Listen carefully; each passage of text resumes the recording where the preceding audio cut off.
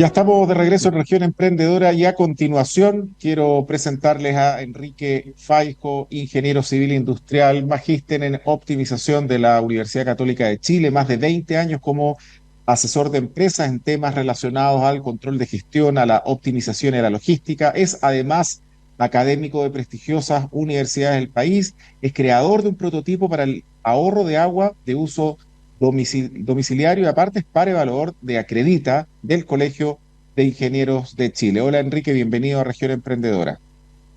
Hola Alexandro, muy contento de estar aquí y gracias por la invitación. Pues aquí estamos para compartir con ustedes estos minutos. Así es, no, gracias a ti por aceptar, por darte el tiempo y entremos de lleno en este tema del control de gestión. ¿Cuán importante es el control de gestión para las pymes?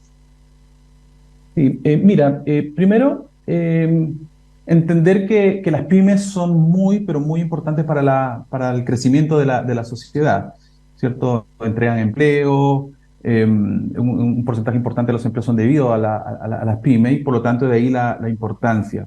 Entonces, el desafío de las pymes para que esto ocurra es que gestione bien los recursos, ¿cierto? Detectando fallas en los procesos, mejorándolos continuamente, etcétera.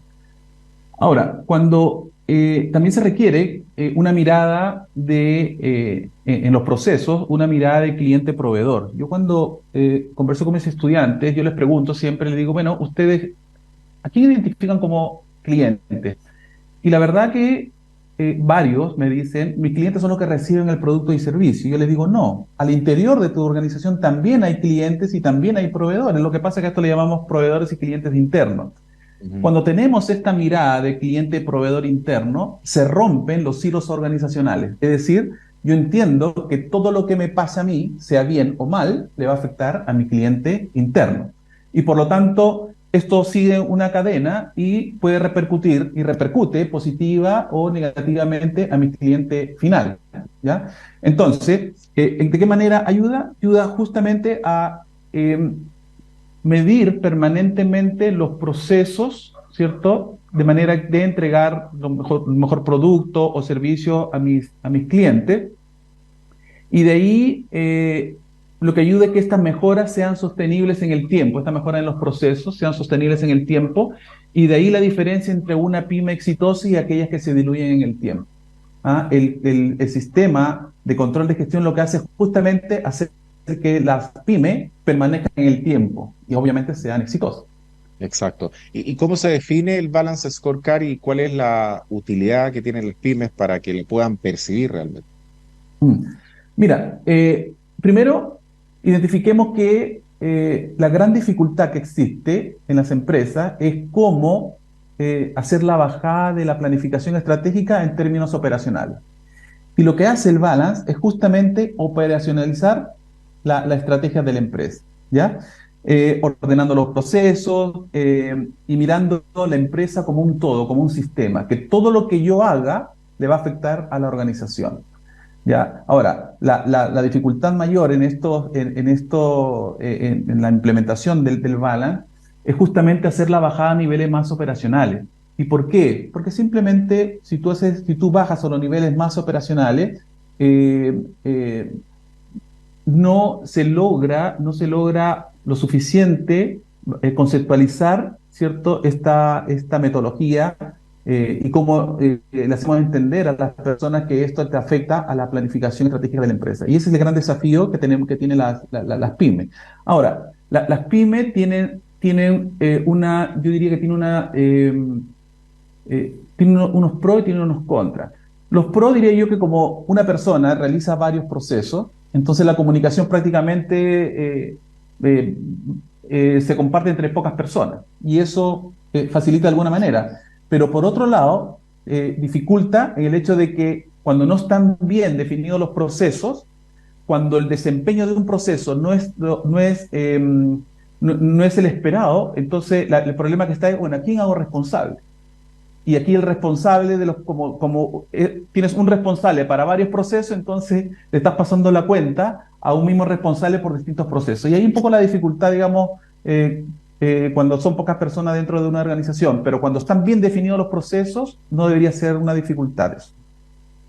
Y en ese sentido, ¿cuáles son los pasos clave para implementar un sistema de control de gestión y un balance scorecard en una pyme? Claro. Bueno, como te decía anteriormente, el balance lo que hace es operacionalizar la estrategia, ¿de acuerdo? Entonces, se entiende que la estrategia parte, ¿cierto?, a partir de los valores de la empresa, está la visión, la misión, todo el análisis que realizan, ¿cierto?, interna y externamente, y para eso hay distintas metodologías que me ayudan a lograr eso. El resultado de todo eso, de todo ese análisis interno y externo que te comentaba, son los objetivos estratégicos. Y eso es el puntapié inicial para que empieces a trabajar con el Balance Scorecard, ¿ya? Pero estos objetivos estratégicos deben estar ordenados. Y estos siguen cuatro perspectivas, que son la perspectiva financiera, la perspectiva de cliente, la perspectiva de proceso interno y aprendizaje y crecimiento. Pero el impacto no empieza desde la perspectiva financiera, sino al revés. Parte de la perspectiva de aprendizaje y crecimiento, cómo estos objetivos te impactan en la perspectiva de los procesos internos y esto a su vez en la perspectiva de los clientes y finalmente te impacta en la perspectiva financiera. ¿Ya? Luego, una vez que tú tienes estos objetivos o este mapa estratégico, el mapa estratégico, bien digo, considerando estas cuatro perspectivas, lo que hacemos es construir una matriz de contribución. Y esa matriz de contribución se construye a partir de dos elementos. Uno son estos objetivos estratégicos y por otro lado tienes las gerencias de la empresa, o jefaturas, depende digamos, del organigrama.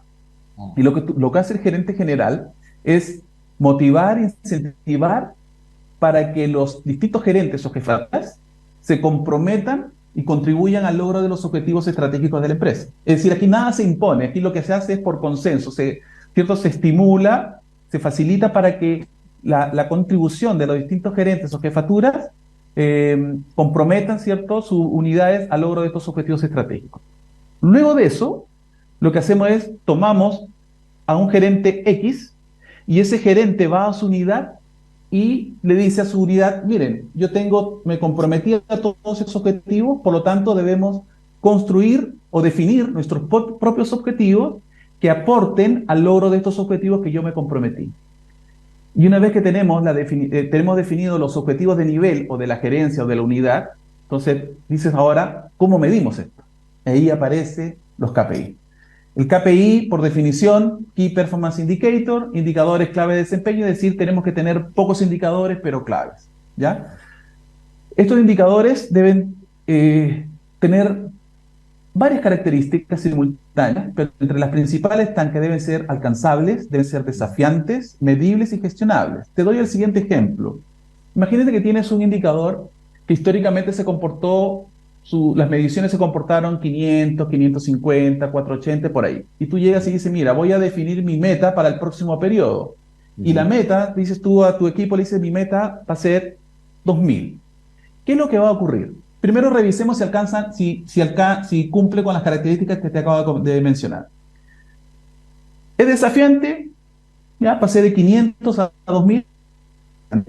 Medible, vamos a suponer que sí. ¿Es gestionable? ¿Está bien asignado al gerente? Ok. Pero no es alcanzable. Entonces, este indicador, por no cumplir esa característica, lo que te va a generar es el efecto contrario. Se va a generar una cultura del fracaso, porque no va a ser imposible llegar a esa meta. Entonces debemos ser cuidadosos con esa meta, digamos, al momento de definir. Lo otro es que siempre cuando miramos un indicador, debemos mirarlo el indicador de forma aislada. Tenemos que mirar el indicador en paralelo con otros indicadores. Te doy otro ejemplo. Imagínate que el gerente de finanzas me dice, Enrique, ¿sabes qué? El mes pasado te gastaste 5 millones de pesos en telefonía celular. Bueno, y yo le puedo decir, ese es el indicador, con eso me están midiendo. Y yo le digo al gerente de finanzas, bueno, pero ¿cuál es el problema? Bueno, me va a decir, el mes anterior te gastaste 1.000 y ahora te estás gastando $5.000, por darte un ejemplo. Digo, ya, ok, me gasté más, pero dime cómo están las ventas. Porque si las ventas, yo me gasté $5.000 y las ventas pasaron de $100.000 a $200.000, estoy mejor que antes. Exacto. Entonces, te fijas, el indicador, mirarlo de forma aislada, ese indicador financiero, no te entrega mucha información. Siempre hay que mirar, hay que tener esta mirada sistémica, digamos, mirar, ok, sí, gasté más aquí, pero veamos otros indicadores, cómo se comportaron. Y ese es el gran desafío, digamos, en esta metodología. Bueno, después de eso, una vez que tú defines los indicadores, las metas, la frecuencia, tenemos que comunicar esto a toda la organización.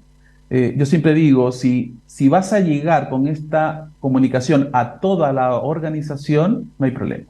Pero cuando tú hablas de organizaciones grandes, generalmente contratan asesores para que capaciten a un grupo pequeño de la empresa y ellos después difundan. Por lo tanto, aquí el desafío es quiénes son los que integran este equipo. Y la sugerencia, la recomendación es elijan líderes positivos. Líderes positivos que te ayuden a difundir positivamente esta metodología. Exacto. Porque a veces pasa, a mí me pasó en una oportunidad, tuve que hacer la primera capacitación de esta implementación y empezamos a las 7 de la mañana la capacitación y a la hora levantan la mano dos personas de la capacitación y me dicen, Enrique, ¿sabes qué? Me dice, no creo nada. Bueno, entenderás que eh, esperé que termine llegue el break, digamos, para conversar con ellos y traté un poco de levantar información a ver qué tipos de trabajadores eran los que habían llegado. Y detecté que no eran líderes positivos. Claro. Entonces, cuando camino al hotel en la tarde, me llama el gerente de la división, me dice, Enrique, me dice, tuvo un tremendo problema, me avisaron que hubo una discusión en la sala. Sí, le dije, qué bueno, le dije. Y el gerente se quedó sorprendido, me dijo, pero ¿cómo que bueno? Le dije, qué bueno, le dije, porque era la primera capacitación y pudimos detectar esto a tiempo. Te pregunto, entonces le dije, bueno, cuéntame, ¿cuál fue el criterio que elegiste para las personas que van a asistir a esta capacitación? No, a mí eran los que salían de amanecida, eran los que no tenían poco trabajo, entonces no había un criterio de elegir líderes positivos. Entonces le dije, mira, ahí está el error, pues le dije, tú tienes que elegir líderes positivos porque si tú me dices que yo te capacite a todos los trabajadores, yo no tengo ningún problema que parezcan estas cosas. Claro. Pero si en esta capacitación es a un grupo reducido, tenemos que ser muy cuidadosos quiénes van a asistir. Y ahí entendió. Claro. En ese sentido, ¿cuáles serían los principales indicadores que debieran utilizar las pymes en el sistema de Balance Score? Mira, hay muchos indicadores, la literatura sugiere harto, las buenas prácticas de otras empresas. Uno primero, yo creo que vale la pena revisar, hacer un benchmarking em, con empresas de la misma industria para ver cómo miden sus procesos. Pero hay los clásicos, digamos, de la perspectiva de aprendizaje y crecimiento. Uno podría definir, por ejemplo, la cantidad de capacitaciones que realiza tu empresa, Mm. cómo está la tasa de retención de talento, cómo está el clima organizacional. ¿Ya? Otros indicadores de la perspectiva de los procesos, por ejemplo, la cantidad de productos rechazados. En la perspectiva de los clientes, hay indicadores como, por ejemplo, la tasa de retención de clientes, o fidelización de los clientes, reclamo de los clientes, y de la perspectiva financiera como la rentabilidad. ¿Ah? Son como lo más clásicos, pero como te digo, vale la pena. Hay indicadores que son como clásicos, pero para determinadas industrias. Entonces habría que Claro. analizar qué industria en particular para ver, digamos, qué indicadores son los que más se acomodan a ellos. Sí, yo siempre digo que las empresas, al fin y al cabo, y más allá de las definiciones académicas y demás, las empresas son personas, y si son personas, las empresas vienen a ser redes de conversaciones que coordinan acciones. Desde ese sentido, en ese sentido, ¿cómo se puede asegurar que la alineación de los empleados esté, valga la redundancia, bien alineado con los objetivos estratégicos de una pyme a través del Balance Scorecard? Mm. Mira, yo siempre recomiendo que el gran desafío de las pymes es eh, comunicar, avisar, conversar con los colaboradores, que todo lo que uno hace dentro de la empresa te afecta favorable o desfavorablemente a la organización. Claro. Entonces, si uno tiene esa mirada, entonces puede lograr, puede comprender que eh, eh, todo lo que yo haga, de alguna manera, va a afectar.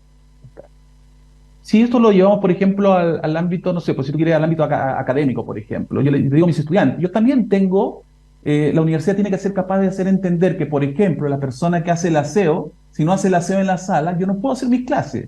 Si la gente de informática no conecta el data, yo no puedo hacer mis clases. Entonces yo paso a ser un cliente interno de ellos, ¿ya? Y si ellos no tienen esa mirada de cliente interno, entonces no van a preocuparse porque yo quede satisfecho, ¿cierto? Con lo que ellos hagan, digamos. Y eso a su vez, la calidad de mis clases, de cómo yo lo haga, de que la sala está limpia, el data funciona excelente, eso te impacta en cómo me evalúan mis estudiantes también. Claro. Em, ¿Cuáles son las diferencias claves entre el control de gestión en las grandes empresas y las pymes? Mira, las grandes empresas generalmente, bueno, las grandes empresas primero tienen más recursos, los procesos están mejor estandarizados, tienen más tecnología. Por lo tanto, de ahí nace, digamos, la diferencia entre las grandes empresas y las pymes. En las pymes tú tienes a una persona que generalmente es responsable de varios procesos. Ujú. Entonces, si bien es cierto, las pymes son expertos, son especialistas en hacer algo, pero están también dedicados a la parte administrativa y un poco se distrae el recurso en estas partes que a lo mejor otra persona puede ser responsable de ese ámbito. Y ahí está la diferencia entre las grandes empresas y las pymes, digamos. Las grandes empresas tienen un gerente de finanzas, un gerente comercial, un gerente de recursos humanos. En una pyme, uno observa que está el gerente general y el gerente general se saca el sombrero y se pone el sombrero del gerente de finanzas, después se saca el sombrero del gerente de finanzas y aparece como el gerente de recursos humanos, y al final la pasa a veces mal porque estamos permanentemente apagando incendios. Y Exacto, justamente lo que busca el Balance Scorecard es justamente no apagar incendios, justamente es que los propios trabajadores sean capaces de autogestionarse. exacto, De exacto. eso se trata. Y en ese sentido, ¿cuáles son los riesgos y desafíos asociados con la implementación de un sistema de control de gestión y balance scorecard en una pyme? Mm. Mira, los riesgos eh, es que tengas un bajo compromiso de la alta gerencia. Mm. Que no Mira, se lo toma en serio. exactamente, exactamente. Mira, me ha pasado, ¿ah? Una empresa nos llamó porque los japoneses habían visto su página web y tenían algunos productos de ellos y consideraban que sus productos eran de muy buena calidad, tenían muy buen precio. Entonces querían conversar con ellos porque querían hacer negocio los japoneses. Viajó el gerente general con el gerente comercial a Japón para hacer negocio con ellos.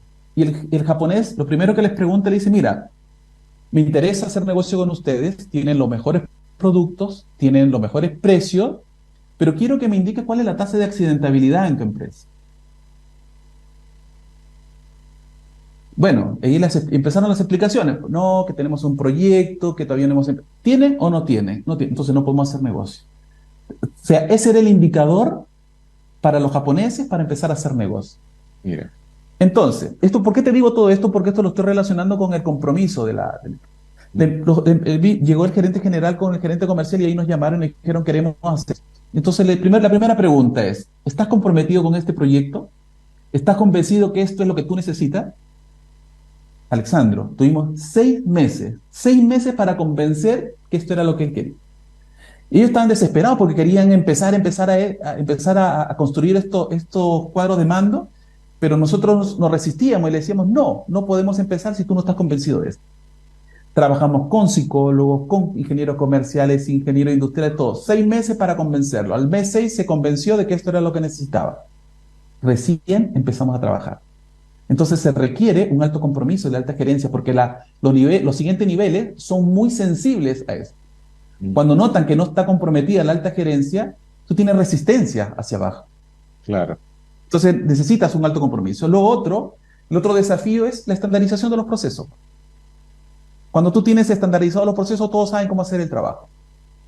Cuando no está estandarizado, entonces uno hace de una manera, el otro hace de otra manera, ¿cierto? O un trabajador que tiene 30 años en la empresa lo hace de una determinada manera porque él siempre lo hizo así. La pregunta ¿es lo mejor?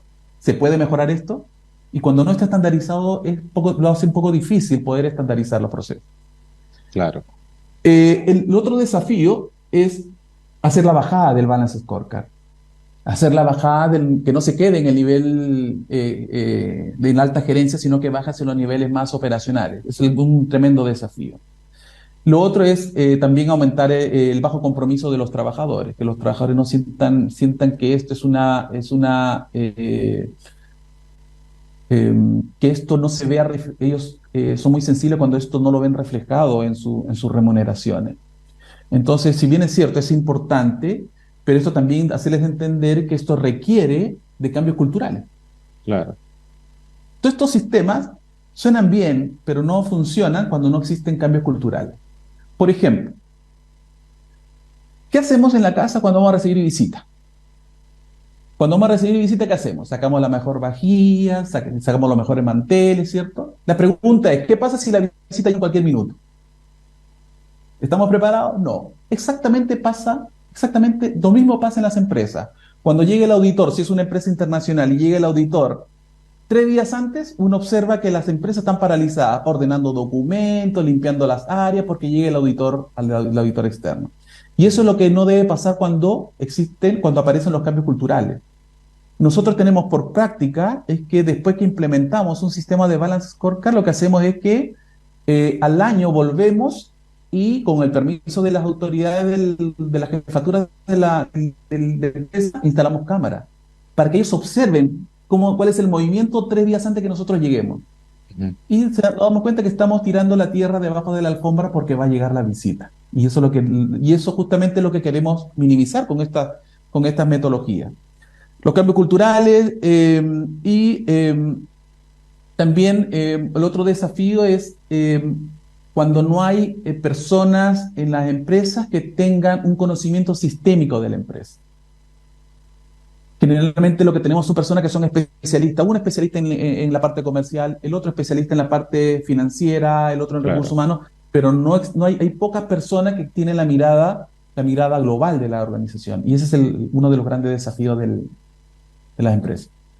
Me quedan 4 minutos y quiero todavía hacerte dos preguntas. Acaba la primera. ¿Qué consejos y recomendaciones les darías a una pyme que está considerando implementar un sistema de control de gestión y balance scorecard? Mira, primera recomendación, conversar y convencer al dueño. Que estos sistemas te ayudan a ordenar primero tus procesos y a medir y mejorar continuamente el desempeño de los mismos. Tener un buen equipo, ya un equipo compromiso, un equipo que no digan, estos son los indicadores de la empresa, sino que estos son mis indicadores. Ahí está la diferencia. Eh, Tener buenos responsables en cada uno de los procesos, estandarizarlos, eh, tener harto cuidado con la definición de los indicadores, como conversaba anteriormente, ya en cuanto a la definición de metas, ¿cierto? La frecuencia, y tener en cuenta no llenarse de indicadores. Las buenas prácticas sugieren entre 16 o 20 indicadores en este mapa estratégico. Eso es lo que recomienda las buenas prácticas. Por lo tanto, ahí hacia esos números debemos considerar. Y trabajar, ojalá sistematizar todo, ¿ah? Que intervenga poco a la mano del hombre, porque donde interviene uno manualmente puede haber error, digamos. Entonces lo que queremos es Exacto. minimizar.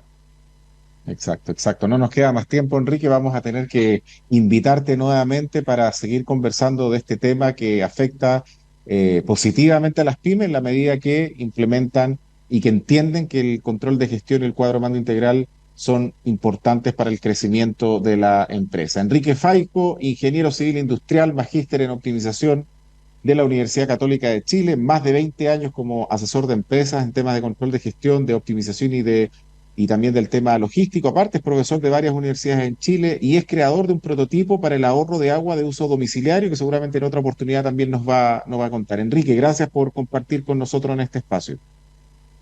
Muchas gracias, Alexandro, por la invitación y un saludo a todos tus seguidores.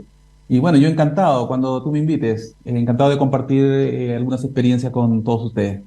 Gracias, vamos a estar conversando. Y agradecemos también a todos quienes nos escucharon el programa de hoy por Radio Capísima 104.9 y también a quienes nos vieron por las diversas plataformas en Facebook, en el canal de YouTube, Twitter, la página web de la radio, a quienes posteriormente también van a ver este programa en las plataformas y en mi canal de YouTube. Agradecer también a Agua Fuente de Vida, pura, rica y saludable, que nos acompaña y refresca en cada viaje, en el trabajo, en la casa, en cada momento, porque siempre están preocupados de cuidar con los estándares de calidad para toda la familia. Y también agradecemos a los partners del programa, a la Asociación Chilena de Emprendedores, ASECH, Mujeres Empresarias, el G100 y Nada Nos Detiene, todos unidos para ser parte de este espacio y fortalecer el ecosistema de emprendimiento en Chile. No se olviden que el programa tiene un reprise los domingos y nos vemos el próximo martes en otro capítulo de Región Emprendedora. Muy buenas noches.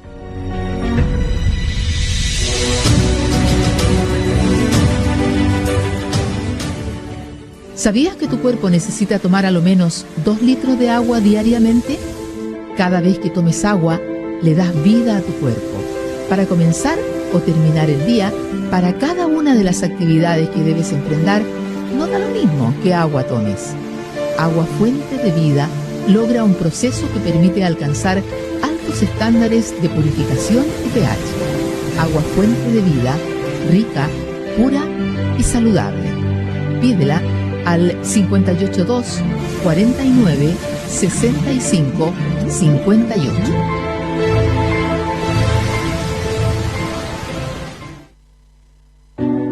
Siempre he soñado con que Arica sea una ciudad próspera, una ciudad pujante que brinde oportunidades para todos. Para ese emprendedor o emprendedora que sueña con transformar su idea en realidad. Para ese pequeño o mediano empresario que espera que esa realidad se transforme en una gran empresa. Con una ciudad que se desarrolle y crezca en el comercio, servicios, turismo e industrias. Pero también una ciudad que desarrolla innovaciones, que modifica las reglas del juego y que reinventa la forma de hacer las cosas. Una región empoderada que genera riqueza y crecimiento económico con personas que sientan pasión, entusiasmo y ese espíritu que necesitamos para darnos cuenta que ese camino está en nuestras manos. Soy Alexandro Bravo Bonino y te invito a compartir este espacio de aprendizaje en Región Emprendedora.